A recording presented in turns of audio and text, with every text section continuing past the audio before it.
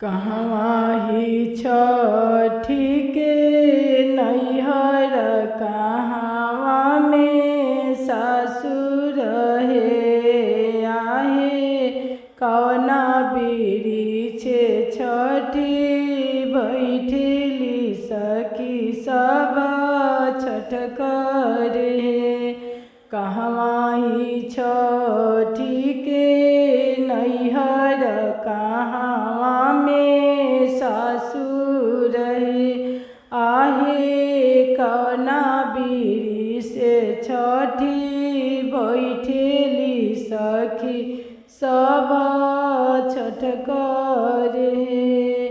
गंगा छठी के नैहर जमुना में ससुर जमुना में ससुर है आहे। कुश के झुरिया छठी बैठे सखिया सब छठ करे आहे। कुश के झरिया छठी बैठे सखिया सब छठ करे आहे।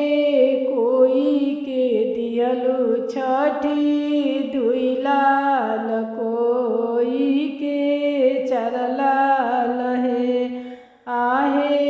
कोई के दियलु छठी दुई लाल कोई के चार लाल है आहे।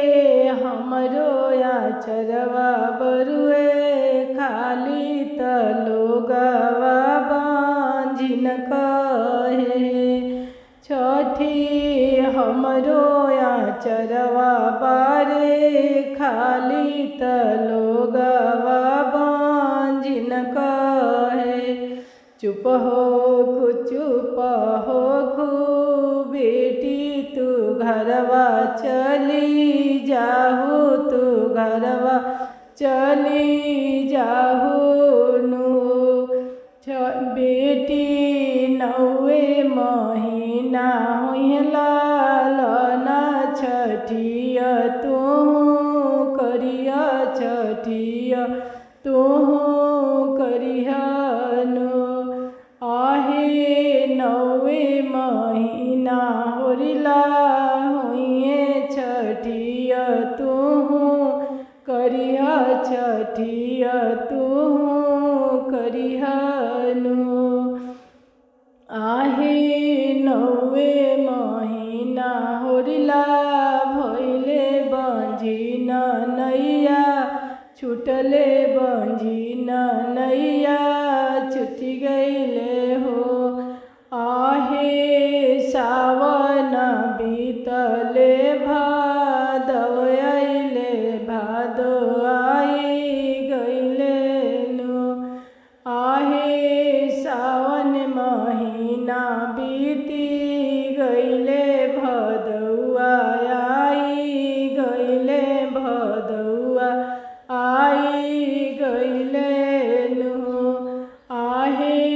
बांझिन गोदी में बालक लिहले छठी करे अइली छठिया घाटे अइली नु आहे।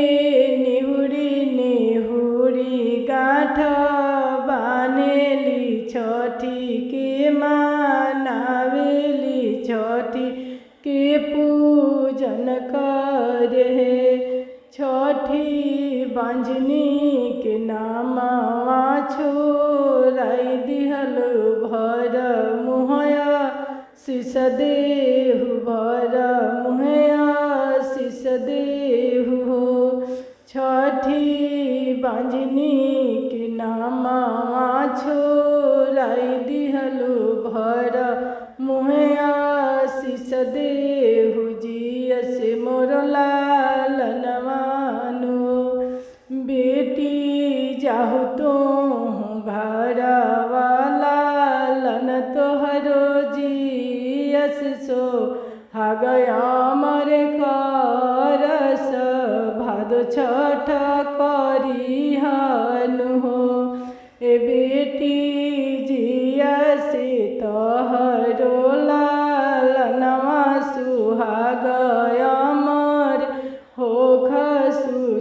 छठी तो हो करिहन हो। ए बेटी जैसे छूटल तो हरो बांझनिया के नैया त ओइसे छूटी दुनिया के नैया त सब गोद में होरी लवा लेके आई हाँ